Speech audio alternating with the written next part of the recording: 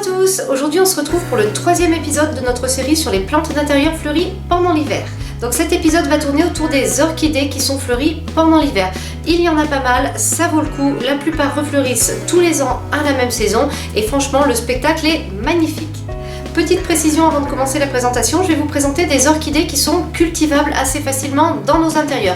En tout cas, toutes celles dont je vais vous parler là dans cet épisode, j'en ai éprouvé la culture, j'ai réussi à les faire refleurir chez moi et sans conditions de serre, sans quoi que ce soit de spécial, sans équipement. Donc normalement, si vous avez un logement avec de bonnes conditions de lumière, vous devriez y arriver. On commence avec le Phalaenopsis. Alors là, c'est l'orchidée populaire par excellence, l'orchidée que tout le monde connaît, que tout le monde offre, que tout le monde peut se faire offrir.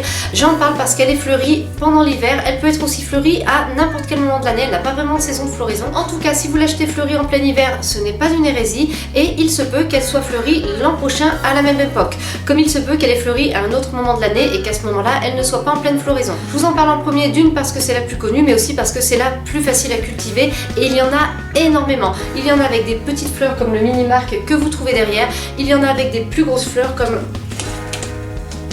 celle-ci. Il y en a avec des fleurs encore plus grosses. Le Phalaenopsis, c'est la facilité de culture, la diversité des couleurs dans la floraison et une floraison qui intervient plusieurs fois par an.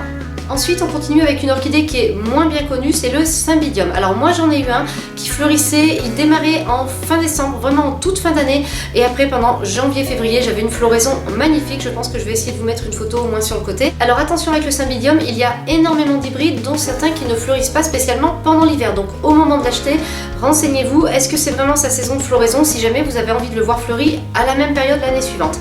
Alors sinon le Cymbidium, que dire de plus? Il y a une grande variété de couleurs au niveau des fleurs. Ça fait des fleurs qui sont assez grosses et on peut avoir une plante aussi assez grosse, assez massive, ce qui était le cas du mien. Et ça peut être une plante qui sert à habiller un coin de l'appartement. Par contre, avec cette orchidée, le truc qui est pas mal quand même, c'est de pouvoir lui faire un petit séjour dehors pendant l'été. Sinon, vous risquez de ne pas avoir de floraison. On continue avec le Zygopétalum. Alors ça, j'en ai eu un, c'était merveilleux. Tous les ans, au moment de la fin d'année, là, décembre, au moment des fêtes de fin d'année, il commençait à fleurir et j'en avais environ pour 2 mois de floraison. Par contre, au niveau du choix des couleurs, là, c'est très réduit. Pour tous les hybrides, c'est la même chose. Les fleurs sont toujours dans la même gamme de couleurs, c'est-à-dire violet, mauve, avec des touches de pourpre et de vert. Alors moi, je le trouvais magnifique, le mien. Un jour, j'en reprendrai un, ça c'est sûr. Voilà, je l'ai perdu à cause de problèmes d'arrosage. Je n'étais pas très expérimentée à l'époque, mais honnêtement, il est très facile à cultiver et je n'ai eu aucun mal à le faire refleurir. Et pourtant, c'était un modèle que j'avais acheté dans un supermarché avec des pseudobulbes qui étaient plutôt desséchés.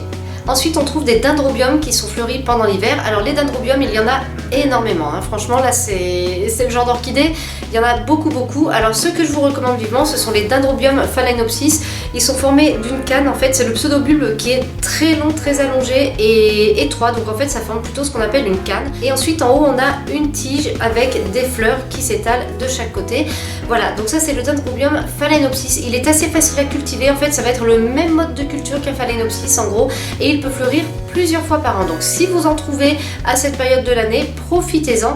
Par contre, comme le Phalaenopsis, il peut fleurir au printemps, il peut fleurir en été, en automne. Donc vous n'êtes pas sûr d'avoir une floraison pile poil dans un an pendant l'hiver. Il y a aussi d'autres dendrobiums qui sont fleuris en cette période. Donc ce que je vous conseille, s'il y en a un qui vous intéresse, c'est de vérifier avec le nom de l'hybride quelle est sa période de floraison, puisque parfois, comme on peut acheter des plantes qui sont forcées, on se retrouve avec une plante qu'on a achetée fleurie en hiver, mais qui refleurira à un autre moment. Donc après, si ça ne vous dérange pas de problème. Sinon, renseignez-vous bien. Voilà, donc là j'ai fait le tour de plusieurs orchidées dont je sais qu'elles fleurissent en hiver ou qu'elles peuvent fleurir en hiver suivant les circonstances. Je sais qu'elles sont cultivables en intérieur, j'ai réussi à les faire refleurir. Alors la plus simple, bien entendu, ça va être le Phalaenopsis si vous débutez. Mais si vous avez envie de vous lancer dans d'autres orchidées, n'hésitez pas à tester celles que je vous ai recommandées. Donc cet épisode est terminé, on se retrouve la semaine prochaine pour un autre épisode de notre série. Et en attendant, on se retrouve mardi pour une nouvelle vidéo. Cette vidéo est maintenant terminée, j'espère qu'elle vous a plu. Si vous avez des remarques, des questions, n'hésitez pas à les poster en commentaire. Merci et à bientôt pour une nouvelle vidéo.